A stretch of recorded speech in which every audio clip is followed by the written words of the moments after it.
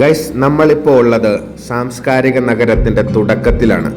അതായത് തൃശ്ശൂരിന്റെ തുടക്കം. ഒരു പുഴപ്പാടകലെ അപ്പുറത്തായി എറണാകുളം നിൽക്കുന്നു, ഇപ്പുറത്ത് നമ്മളുടെ തൃശ്ശൂർ തുടങ്ങുന്നു. ഇവിടെ നിന്ന് തന്നെ തുടങ്ങുന്നു ഇന്ത്യയിലെ ആദ്യത്തെ മതപൈതൃകങ്ങൾ.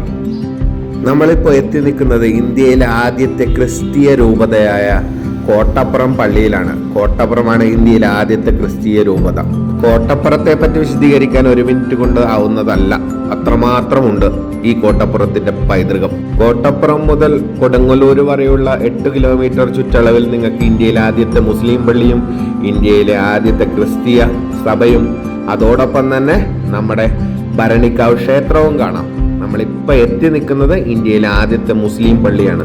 ചേരമാൻ മസ്ജിദ് ആണ് ഇത് കാണുന്നത് ഗൈസ്.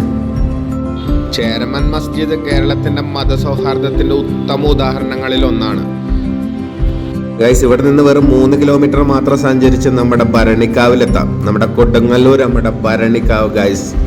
കൊടുങ്ങല്ലൂർക്ക് ആ ഒരു പ്രത്യേക വൈബാണ് ഗൈസ്. അതവിടെ പോയാലേ മനസ്സിലാകുള്ളൂ. ഒരുപാട് ആൽത്തറകളുണ്ട് ഇവിടെ, വിത്ത് ഫുൾ ഓഫ് ഓക്സിജൻ. അതോടൊപ്പം തന്നെ ഒരു പഴമയുടെ പ്രൗഢിയും. സംഭവം ഒരു രക്ഷയില്ല ഗൈസ്, നിങ്ങൾ മസ്റ്റായിട്ട് വിസിറ്റ് ചെയ്യണം. തൃശ്ശൂർ പൂരം ഒന്നുകൊണ്ട് മാത്രമല്ല തൃശ്ശൂർ സാംസ്കാരിക നഗരമായത്, ഇവ കൊണ്ട് കൂടിയാണ്. ഒരു പുഴ വ്യത്യാസത്തിലാണ് എല്ലാം എറണാകുളത്തിന് നഷ്ടമായത്.